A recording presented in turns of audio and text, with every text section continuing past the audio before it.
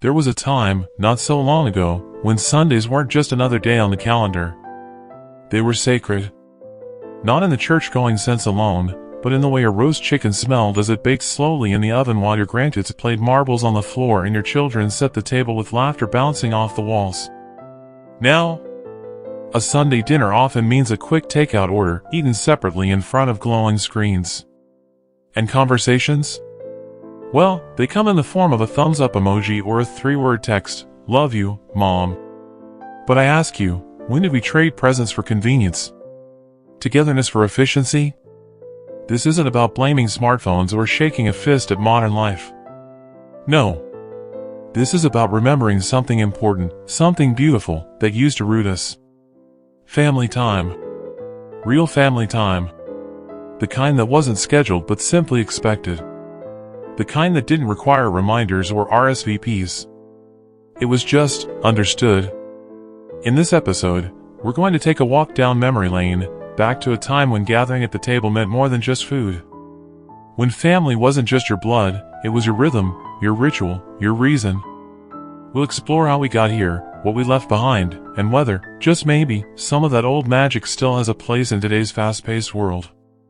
Back then, family time wasn't an event, it was a rhythm. Like the tick of a grandfather clock, it marked the passing of life in familiar, comforting beats. Sunday dinner was a ritual. Church in the morning, a hearty meal in the afternoon, and the rest of the day to enjoy each other's company. The roast was slow-cooked, the table was full, and no one looked at a clock. Children were expected to be present, not just physically, but emotionally.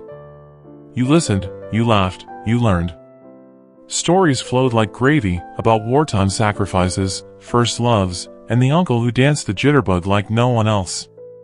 The preparation was part of the bonding. Kneading dough, peeling potatoes, stirring gravy, these weren't chores, they were invitations. You learned about life while standing beside your grandmother at the stove or helping your father carve the ham. The family table was an equalizer. Doctors, factory workers, teachers, all status and titles were checked at the door. At that table, everyone's voice mattered. You got asked how school was. You got scolded for talking with your mouth full. And you always said thank you. Why was it so different? Because the world moved slower. Work didn't spill over into weekends. There were fewer distractions. Television had 3 channels, and they didn't compete with your attention the way apps do now. But perhaps most importantly, there was a moral consensus: family mattered. Not in slogans or bumper stickers, but in actions. You showed up. You listened. You put each other first. So what happened? The erosion didn't come all at once. Slowly, work weeks grew longer. Weekends became time to catch up. Divorce rates rose, families scattered. Television turned into 24-hour programming. Then came computers. Then came cell phones. And then, the final blow, social media. We didn't notice the shift at first. A missed dinner here. A quick meal there.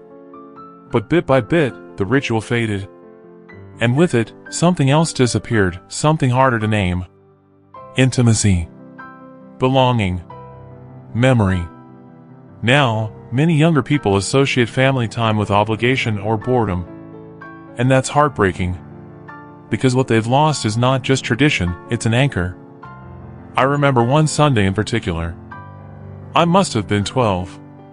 It was raining outside, the kind of steady drizzle that softened the world and made everything smell like wet leaves and earth. My mother was in the kitchen early, tying on her apron, humming the tune to Que Sera, Sarah. My father had just finished trimming the hedges out back, his hands still red from the cold. He didn't say much, but he always came in at the same time, 11:30 sharp, to wash up for dinner. That day, my cousins were coming. 8 of us kids crammed into the living room, playing jacks and arguing over who cheated in Monopoly.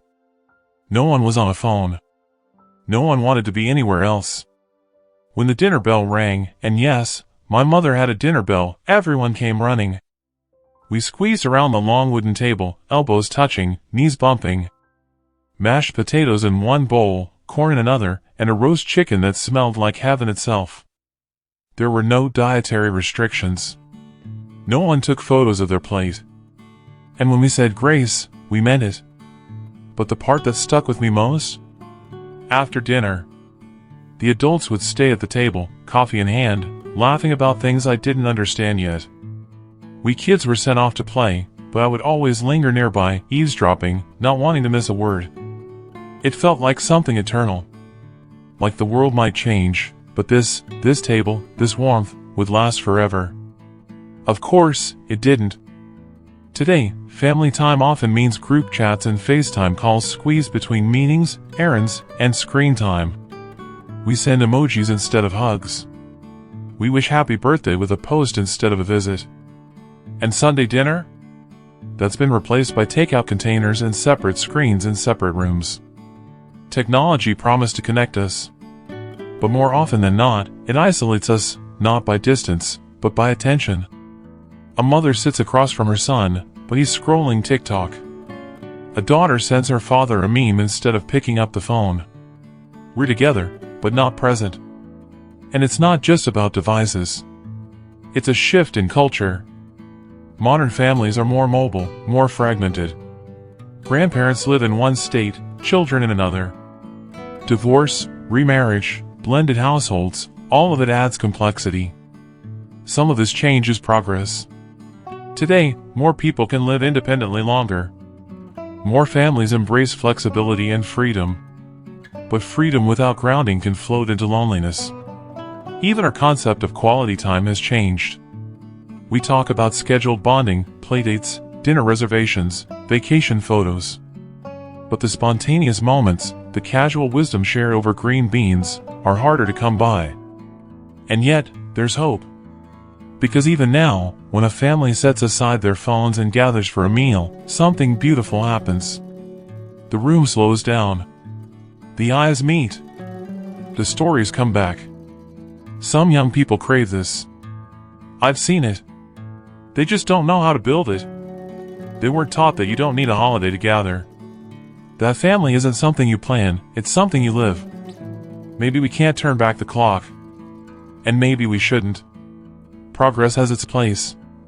But not everything new is better. And not everything old should be forgotten. Family time wasn't just about eating together. It was about belonging. About knowing that, no matter what the world threw at you, there was a table you could return to. A circle that held you. A story you were part of. We've replaced a lot of things. Typewriters became tablets. Letters became texts. And that's fine. But let us not replace the Sunday dinner with silence. Let us not replace voices with vibrations. Let us not forget the smell of chicken roasting on a rainy afternoon, or the comfort of hearing your name spoken with love. So maybe, just maybe, this Sunday, put the phones away. Cook something simple. Invite someone over. Listen. Laugh.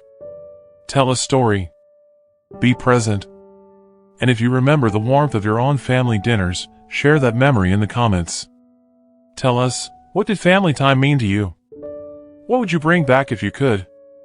Because in remembering, we might just rebuild.